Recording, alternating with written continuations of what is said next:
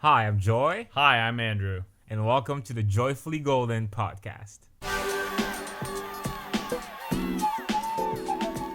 How are you doing today, Andrew? I'm doing great. Happy Tuesday. Man, that sun is beautiful. Yeah, I'm doing good. I am excited to be here, and I can't wait to talk about what we're talking about today. And so Yes. let us know, what are we talking about today? Today we're talking about traveling often. Yes, we are. So tell me a little bit about what are some of the first things that come to your mind when you think about traveling often? Oh, sure, absolutely. So, exploration, going to new places, going whether it's to the coast, going to the mountains, going to large cities, going to places that are different from where I currently reside in Clovis. So, big metropolis places or far off deserted islands, things Ooh, like that. okay, So, okay. but travel, it's an exciting thing. It's something to look forward to. It's an opportunity. It's a way to change and broaden and expand your perspective on life. What about you? I love it. There's a quote that I once read. I don't remember if it was from a book or just from looking at quote, and he said that life is like a book, and without traveling, it's almost like reading only one page of that book. And I totally relate to it because I feel like just because I had the opportunity, to grow up within a lot of different countries and to travel a lot, just because of what my parents were doing within my lifespan, and just being now in the U.S., and so because of that, a lot of different times when I look at just the way in which I see the world, I realize that I have a very different perspective, on a lot of Yeah. different things, and a lot of the perspectives that I've developed over time of how I see the world has been framed by how much I've been exposed to through traveling, and I think that's the key thing. You even mentioned it a little bit about just how much it broadens your horizon and how you see the world, because one of the things that traveling does is it makes you realize how big the world is. And to me, I think that that's one of the most beautiful gifts that anyone can have, because not only it makes you realize how big the world is, it makes you realize how small you are. And in a lot of different ways, I think that's good because it makes you realize that there's a lot of other ways to do life. There's a lot of other ways to understand the world. There's a lot of other ways to eat, to dress, to think, to speak. And it makes you appreciate the way in which you do things. But I think it helps you gain an appreciation also for the fact that the world is not limited to the things that you do or the way you do things. You know what I Right. mean? And I think it helps you get, at least for me, it helped me land to a place in which I just love discovering. I love discovering new cultures, new foods, new languages. I speak 5.5, 6 languages, and I just love it because there is so much beauty everywhere. And I feel like this life, this experience, there's just so much wealth and riches to what this life is, and just like our existence as a human being on Earth in this planet. And I feel like every time you get to interact with a different culture, visit a new place, try a new food, learn about a new culture, like every single time you get to taste a little bit more of that, And I think it's beautiful, I think, and traveling opens the world to that, to that opportunity to discover all those things. And so, I guess I want to ask you, tell me one of your interesting or funny traveling story that you might be thinking of. Okay, sure. Well, I'd probably go with interesting. So, an interesting place that we traveled is my dad, brother, and my mom, and myself. All four of us, we went to Oregon, but we did it by taking a motorcycle Oh, with a car, and my brother and I took turns riding with my dad. This is when we were in high school, early high school, and it was a 2.5 week trip, and we went up the Pacific Coast Highway. So on the left you have the ocean, and on the right you had the forest, basically in certain parts. So it was very surreal, like looking forward, and your peripheral to your left, you just see these waves crashing on these massive rocks and stuff on the coastline. Wow. And to your right, you just see this really tall, lush, rich green forest. And it was so amazing because my favorite thing about traveling is the actual travel part, is like seeing like where you're going and just the journey in and of itself. Doesn't matter too much what we do when we get there, but I love like the momentum of moving, going to another place. Wow. So what was interesting about that was a really interesting experience. We found salamanders at one campsite, which was really random. My dad was driving, all of a sudden he slams on the brakes and he gets out of the car and he's struggling around, and he comes out and he has like this huge salamander in his hand. It was just like, whoa, Wow. it was amazing. It was really cool. And so I was like, all right then, that was pretty neat. And we ate, I remember we went on a hike in the redwoods and we ate redwood sorrel, which is, grows around the redwoods, and it's got like 1 or 2 leaves is like the maximum amount of vitamin C you need in a day. It was like crazy. Wow. And there are things that, if you touch this plant, you'll die if you do that. So things like that. Yeah. But our end destination was to go to Ashland, Oregon, where I'd also gone in years prior to the Ashland Shakespeare Festival through school. So it was interesting to take this long, like 6-7 day route up to Oregon and then another 6-7 days back home. Wow. The method of which we travel. So I think that was pretty interesting. What about you, Mr. International Traveler? What's one of your most memorable traveling places? Whew, that is hard because there's always something beautiful about all the places. But I will have to say one of the most, I think, beautiful sights that I've experienced traveling was the first time I went to Kenya, which is a country in Eastern Africa. There's a main part of the city that most people who go to Kenya go to, which is Nairobi, the capital. But we went to Mombasa, which is a city that is pretty much on the shore of the ocean, on the ocean line. And in my country, I don't think we have quite like a beach area like by the ocean. We have the ocean, but it's more like a port.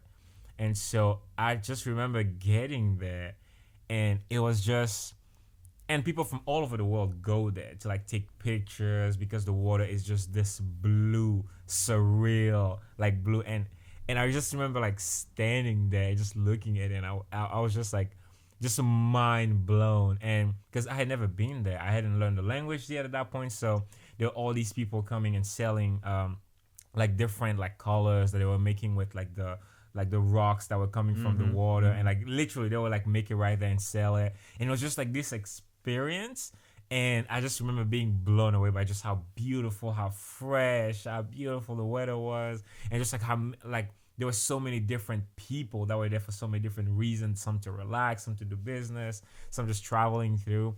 And I just remember that was a beautiful experience. We ended up staying in the country for about like a year and a half, like 2 different cities. But that specific city, I just remember being just blown away because, and one of the main reasons is because I had heard a little bit about Kenya because it's in the continent of Africa, but I don't know, I just didn't expect to see such a beautiful spot, in that, because Mombasa is considered a small town in the country. And I think, if anything, that even reframed my thinking with traveling, because one of the things is we have a lot of preconceived ideas about places, about people, about some countries, and I don't know, you can't really judge a place until you visited it, because like True. There's so many places that we think of something about them because of the media, because we saw this in the media. Oh, we think this place is just a desert, or like there's only creatures that kill people over there, or everybody's mean over there, Yeah. all these different stereotypes that I built from, I don't know, movies, like the media and all that. But I think that moment really like taught me to realize that there's a lot of those things that are just not true. They're built because of a narrative that is presented, but like you can have such a rich and different experience by visiting some of those places. So I think that was a very eye-opening moment for me personally, of just like, wow, like I just want to see more and more places, and just build almost my own ideas of what those places, my own experience versus, oh, I've heard this, oh, I think this is it, because of that. But I want to see for myself, and decide what kind of an experience it's going to be for me and how I'm going to be attached to that place. And so that was a very key moment, I think, in my traveling. But yeah, that was a story for me. Very cool. Yeah. I really like what you talked about when people have a preconceived notion or idea about traveling. I know people that they won't leave the country. And it's not that there's anything wrong with not leaving the country. In fact, America, I mean, people come from all over the world to go to America. Yeah. I mean, people travel from most places to go to most other places, but America really does have a lot to offer. Absolutely. And I think on the one hand, when you do travel and you're planning, you should always kind of have a general idea of where you're going or what you want to do. Like you can have maybe some sort of loose-based plans for the day of when you're there, what you want to do, keep your options open.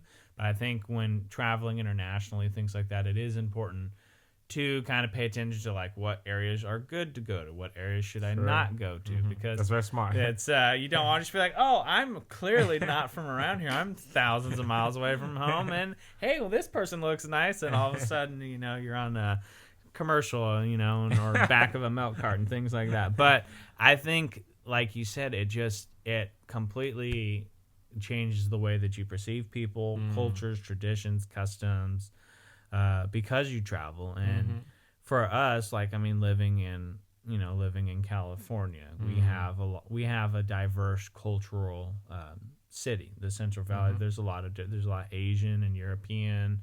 There's African. There's some South African or South American people that live in Fresno County. And so it's like, okay, cool. So you see different cultures and stuff, but to actually go and be fully immersed in a culture where all the apparel, where you're the outside, you're right. the foreigner, and just from the way they walk and talk and the language and the clothing and the food and the pace of life, it's just so fascinating. And it seems like, why wouldn't people want to go travel and go experience different cultures, traditions, and customs? Absolutely. And I think something that some people don't think about as well is, one thing that it does, it's not just about the other culture that you go to, but it really helps you appreciate your own culture too.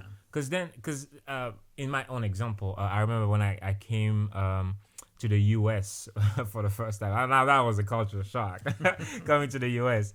And I remember the first, I think it was, 'cause I came freshman year, and I believe it was summer of my sophomore year, I want to say. That I got to go back for the first time since I had been to the U.S.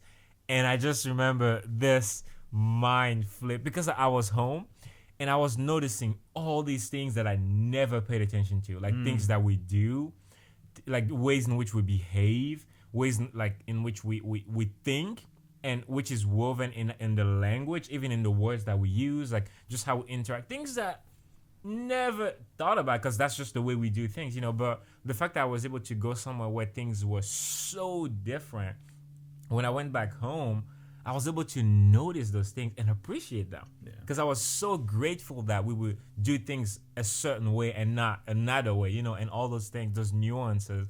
And then you start realizing just like how amazing it is that different groups of people, to accomplish a certain way in which they communicate within the society and everything, takes different routes that lead to the exact same result. And like you see that in the languages, you see that in the mannerism, you see it. And to me, that's just I don't know, it's just beautiful to see, And so I feel like a lot of people would appreciate even their own heritage so much more by visiting a different place and be exposed to another culture, because then you really get to notice the things that you would have never paid attention to otherwise.